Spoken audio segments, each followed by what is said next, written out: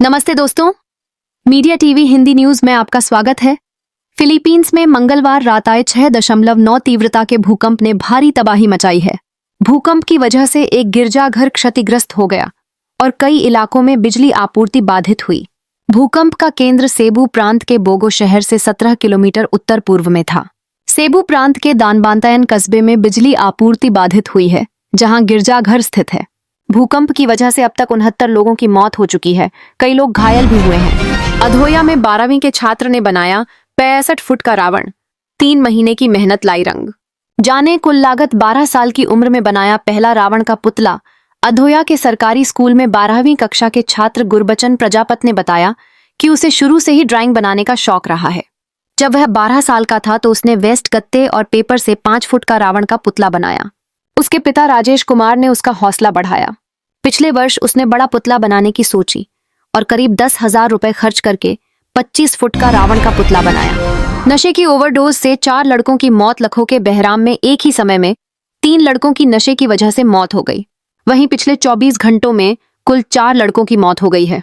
मृतकों के परिवारों ने न्याय के लिए फिरोजपुर फाजिल्का हाईवे जाम कर दिया और पंजाब सरकार के खिलाफ नारेबाजी की। लोगों का आरोप है कि पंजाब सरकार का राज्य को नशा मुक्त बनाने का दावा खोखला साबित हुआ है। हुरुन की अमीरी लिस्ट में फिर चमके अंबानी। रिलायंस इंडस्ट्रीज के चेयरमैन मुकेश अंबानी ने गौतम अडानी को पीछे छोड़ते हुए वर्ष 2025 में सबसे अमीर भारतीय का अपना खिताब दोबारा हासिल कर लिया है। बुधवार को प्रकाशित देश के सबसे अमीर लोगों की सूची में यह जानकारी दी गई। AM3AM Hurun India rich list 2025 के मुताबिक 68 वर्षीय अंबानी की संपत्ति इस साल भले ही 6% घटकर 950 लाख करोड़ रुपए रह गई है, लेकिन वह सबसे अमीर भारतीय बन गए हैं। सड़क दुर्घटना में राजौंद थाने में तैनात SI की मौत। कैथल के राजौंद थाना में तैनात सब इंस्पेक्टर कृष्ण कुमार की सड़क हादसे में मौत हो गई। वे राजौंद थाना में तैनात थे और अपने कोर्ट से संबंधित कार्यों को लेकर मंगलवार को अपनी कार में सवार होकर कैथल आए थे। देर रात काम खत्म करने के बाद वे वापस राजौंद थाना में जा रहे थे। जब वह गांव जाखौली व किछाना कुई के बीच पहुंचे तो एक ट्रक ने उनकी कार को टक्कर मार दी। टक्कर इतनी तेज थी कि गाड़ी पूरी तरह से क्षतिग्रस्त हो गई। आसपास के लोगों ने तुरंत पुलिस को इसकी सूचना दी। पुलिस की टीम व परिजन सब इंस्पेक्टर को इलाज के लिए नागरिक अस्पताल में लेकर गए, जहां पर डॉक्टरों ने उन्हें मृत घोषित कर दिया। गांव चौटाला में सड़क किनारे मिला महिला का शव, हत्या की आशंका।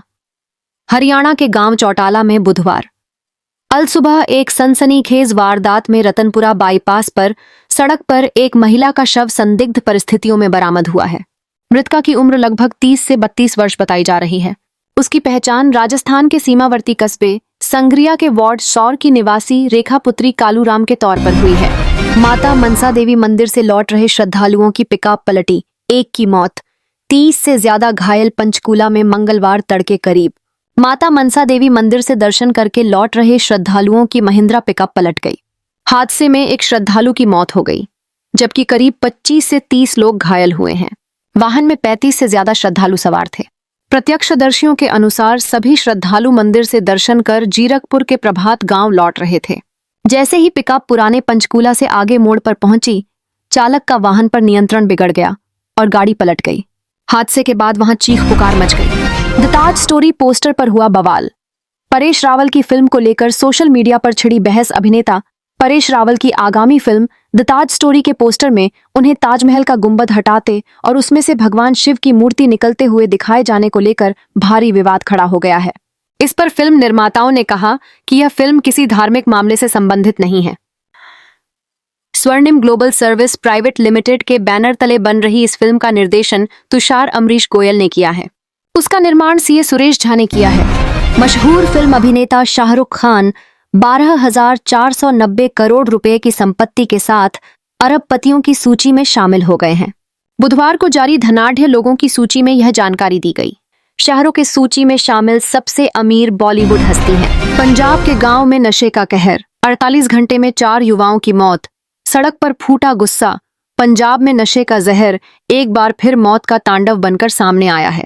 फिरोजपुर फाजिल्का मार्ग पर बसे लखों के बहराम गांव में महज 48 घंटे के भीतर 4 युवाओं की असमय मौत ने पूरे इलाके को हिला दिया। सभी मृतक 20 से 25 वर्ष की आयु के थे। मंगलवार को एक युवक की जान गई। वहीं बुधवार को कुछ ही घंटों में 3 और युवा जिंदगी की जंग हार बैठे। लगातार हुई मौतों से परिवार और गांव सदमे में डूब गए हैं। नेपाल के बाद अब इस देश में भी सरकार के खिलाफ भड़की भारी हिंसा और विरोध की आग। प्रदर्शन में 2 लोगों की मौत। नेपाल में हाल ही में हुए जेएनजेड के आंदोलन के बाद एक और देश में सरकार के खिलाफ भारी संख्या में लोग सड़कों पर उतर आए हैं। ऐसे में आंदोलनकारियों को समझाना बुझाना सरकार के लिए बड़ी चुनौती बन गई है। बृहस्पतिवार को आंदोलनकारी सरकार के खिलाफ सड़कों पर भारी संख्या में उतर गए और नारेबाजी करने लगे। वह बैरिकेडिंग तोड़कर आगे आगे बढ़ते रहे। इस बीच पुलिस के साथ उनकी झड़प हो गई। इस दौरान कम से कम 2 लोगों की मौत हो गई। संभल में बुलडोजर से गिराया जा रहा अवैध निर्माण। तनाव के बीच पुलिस बल तैनात। उत्तर प्रदेश के संभल जिले में अवैध निर्माण पर बुलडोजर चलाया जा रहा है। यह बुलडोजर एक्शन असमोली थाना क्षेत्र के राय बुजुर्ग गांव में हुआ है।